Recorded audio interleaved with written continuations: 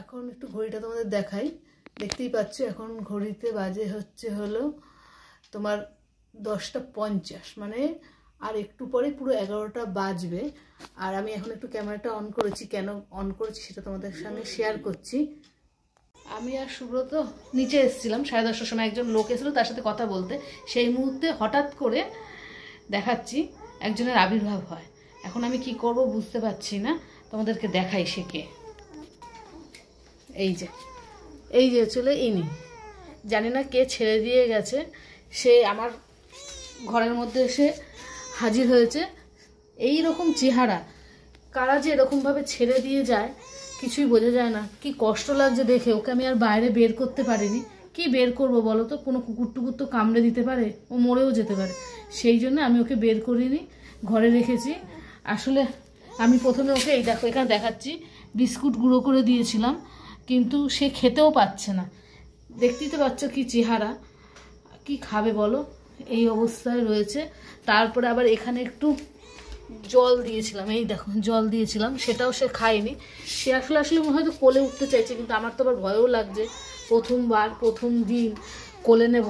এমনি আমি কোলে টোলে নিতে পারি, আমার কোনো অসুবিধা হয় না, কিন্তু আমার প্রথম দিন তো একটু ভয় লাগছে।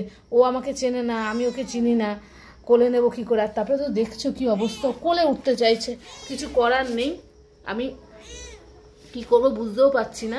ওকে বিস্কুট দিয়েছি খাইনি, জল দিয়েছি খাইনি, অবশেষে একটু দুধ গরম করেছি, ভাবলাম একটু গরম দুধ খাক, যদি শরীরে একটু জোর আসে। কারণ ওর গলার আওয়াজটা তো শুনতেই পেয়েছো, আওয়াজ পর্যন্ত বেরাচ্ছে না। তাই জন্য ওর জন্য দুধ গরম করেছি, এখন একটু এনে ওকে দেবো। আর বের তো আমি করবোই না, কারণ অসম্ভব বের করা। ভালো হোক খারাপ হোক জানি না,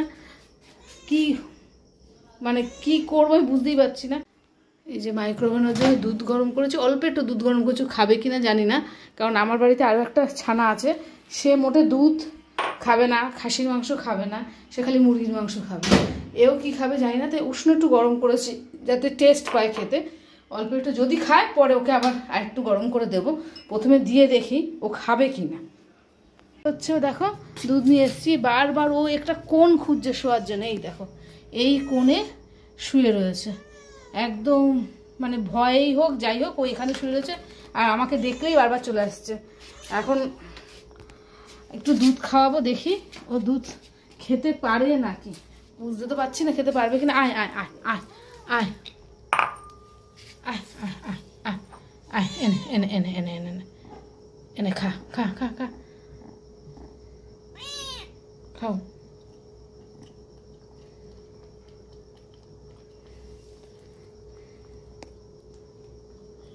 এত রাত্রে এরকমভাবে ফট করে বাড়িতে এসছে, আর আমি ওকে তো ছেড়ে দেবো না, আগেই বলেছি, আর এখনও দেবো না। ও থাক, ওইখানে শুয়ে থাকুক। আর কালকের মধ্যে মনে হচ্ছে যদি খাইয়ে দিয়ে একটু সুস্থ করতে পারি, ও বড় হোক এখানে, আমি ওকে ছাড়বো না, এখানেই থাকুক। যদি নিজে থেকে চলে যায় যাবে, কিন্তু আমার পক্ষে কোনোভাবেই ওকে বের করে দেওয়া সম্ভব না। আর আমি এমনিও ভীষণ ভালোবাসি, সে যে কোনো জন্তু জানোয়ারই হোক না কেন আমি ভীষণ ভালোবাসি, এগুলো বড্ড মায়ার জিনিস। আর এত ছোট বাচ্চা, কিন্তু আমার খারাপ লাগে তাদের কথা ভেবে যারা এইসব ছোট ছোট বাচ্চাগুলোকে এভাবে ছেড়ে দিয়ে চলে যায়। কত কষ্ট, মাকে ছেড়ে এদেরকে ছেড়ে দিয়ে যে চলে যায়, মাকে ছেড়ে কি করবে, এরা খেতেও পারে না আর বলতেও পারে না কোনো কথা। যাই হোক দুধটুকু তো একটু খেয়েছে, আমি আবার একটু গরম করে না ওকে দেবো। তবে আমার মনে হচ্ছে কি বলতো, কারুর পোষা বিড়ালই হয়তো এরকম বাচ্চা টাচ্চা দিয়েছিল, একটু বড় যেই হয়েছে ছেড়ে দিয়েছে। ছাড়লে ছাড়তো, কিন্তু আর একটু বড় হলে যখন ও বুঝতে শিখতো তখন ছাড়তো, কাজে দিতে। এই অবস্থায় কেউ কি ছেড়ে দেয় এরকম একটা অবলা জীবকে? কোনো বাড়ির পোষা বিড়ালের বাচ্চাই এটা, তাই জন্য মানুষ দেখে কাছে চলে আসছে। পোষা বিড়াল না হলে কিন্তু কাছে আসতো না। ও দেখেছো কীভাবে কাছে চলে আসছে। ওকে ছেড়ে দেবো না, ও থাক, যখন বুঝতে শিখবে বা নিজে বেরিয়ে গেলে যাবে, কিন্তু আমি ওকে ছাড়বো না। বড্ড মায়া লাগছে দেখেই। আর কি বলো তো, ভীষণ ভালোবাসার জিনিস এগুলো।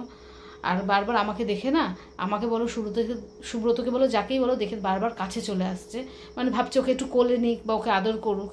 কিন্তু ওর গায়ের অবস্থা খুব খারাপ। যদি ও থাকে রাত্রিটা এখানে, ও বারান্দাতেই থাকবে, কালকে সকালবেলা ওর একটা ব্যবস্থা করব। এখন ওকে এখানেই রাখবো। ও দুধটা যেটুকু খেয়েছে, বাদবাকি দেখছি অল্প একটু রয়েছে, রাত্রের মধ্যে হয়তো খেয়ে নেবে। এখন এখানেই ও থাক। আর কালকে সকালবেলা দেখব ভেবেচিন্তে যে কি করা যায়।